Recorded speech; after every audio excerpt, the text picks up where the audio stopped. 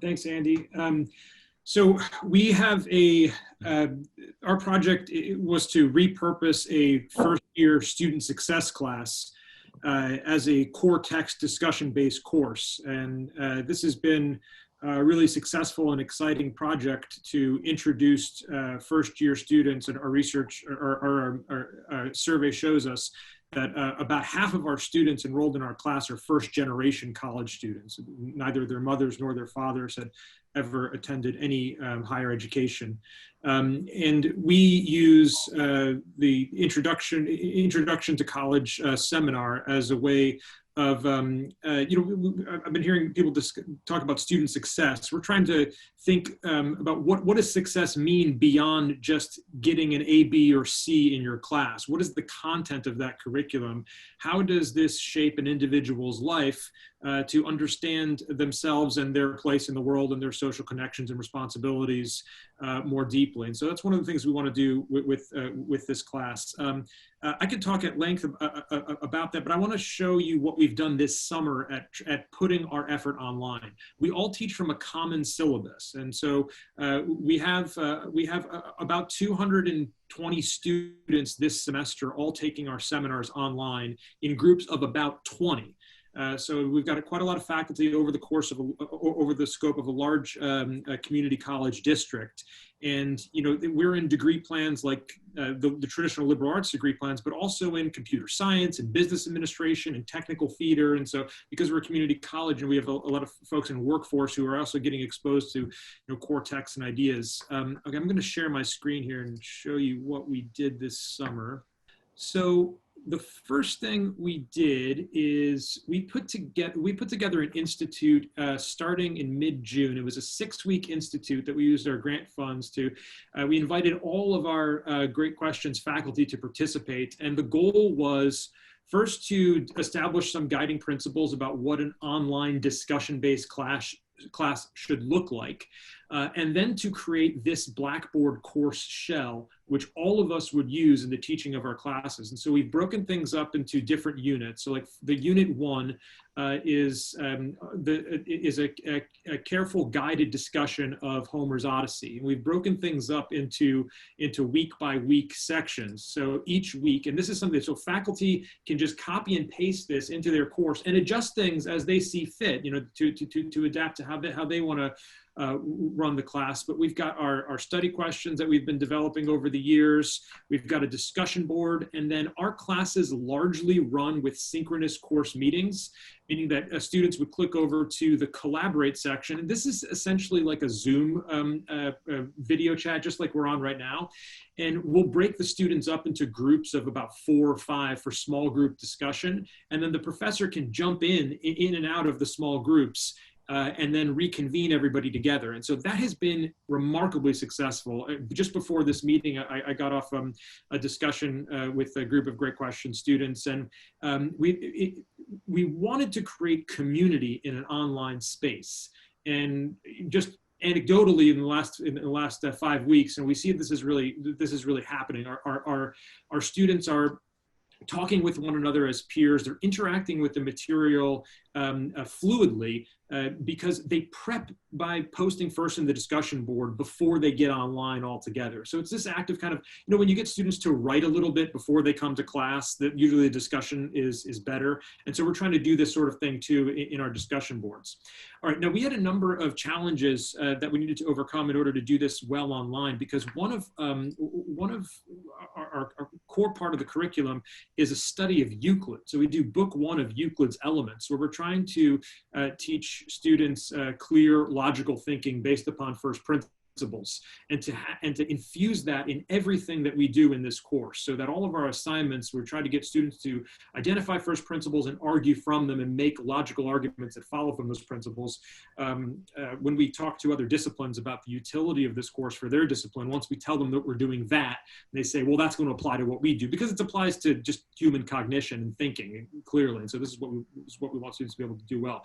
All right, it's tough to do Euclid online because usually we do Euclid with a chalkboard, right? All right, so one of the things that we found out is that PowerPoint is is actually pretty amazing.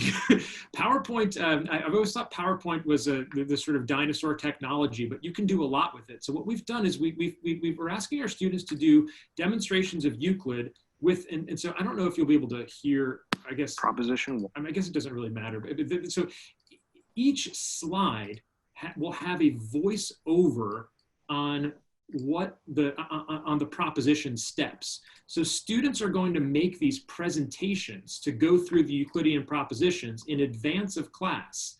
And then we break up into small groups to discuss the propositions, and we work students up to putting together something like this, which is, okay, hold on a second. We work with students to put together, so like this is like the end of book 1 of Euclid's Elements, and we see that what we're able to do here with the animation in the Euclidean demonstrations is really exciting. I'm not going to go through all the steps; it would take half the meeting, but I just wanted to show you.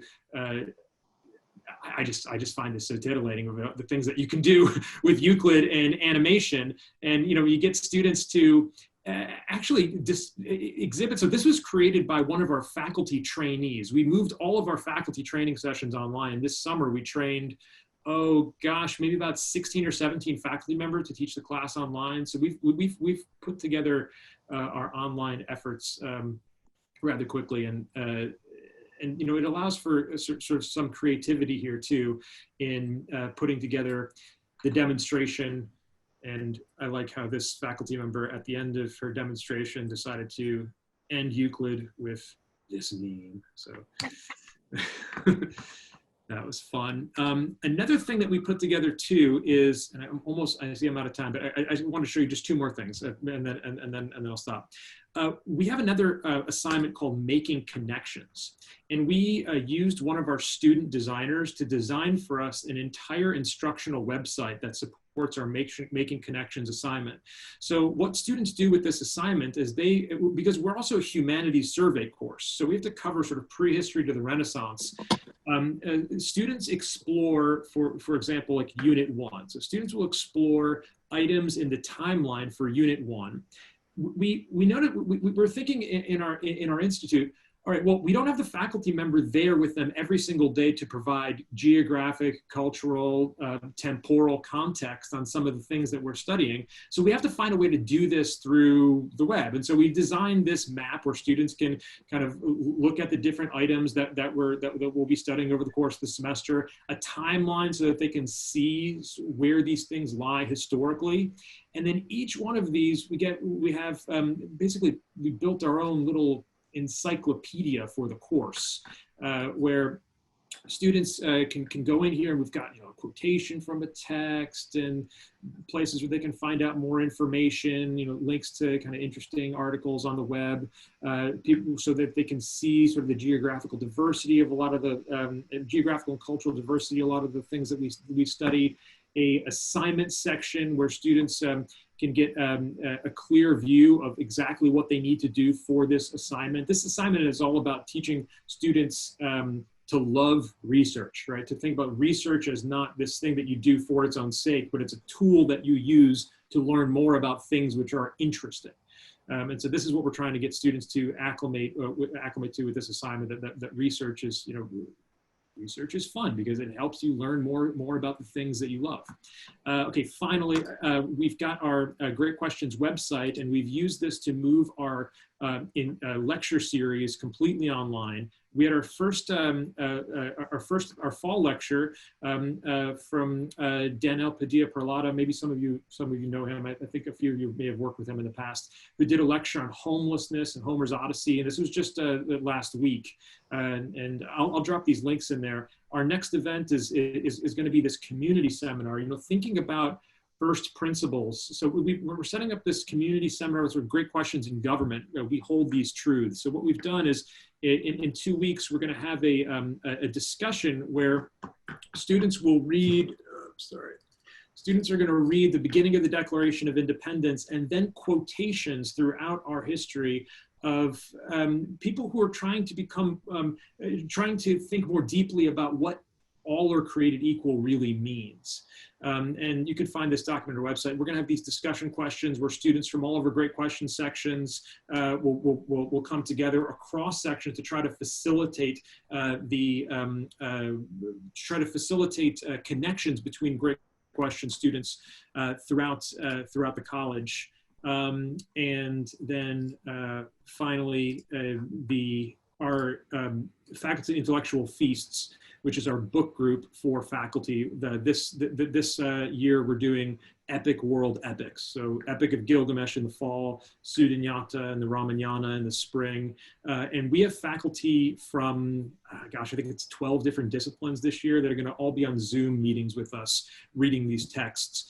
And I mean, it's really exciting because, you know, we'll have faculty from liberal arts disciplines, but then we have people that study construction technology and air and HVAC installation, you know, professors who are reading the Epic of Gilgamesh with us. And anyhow, it's a lot of fun. And those are some of the efforts that we've put together over the course of the summer to get our stuff online.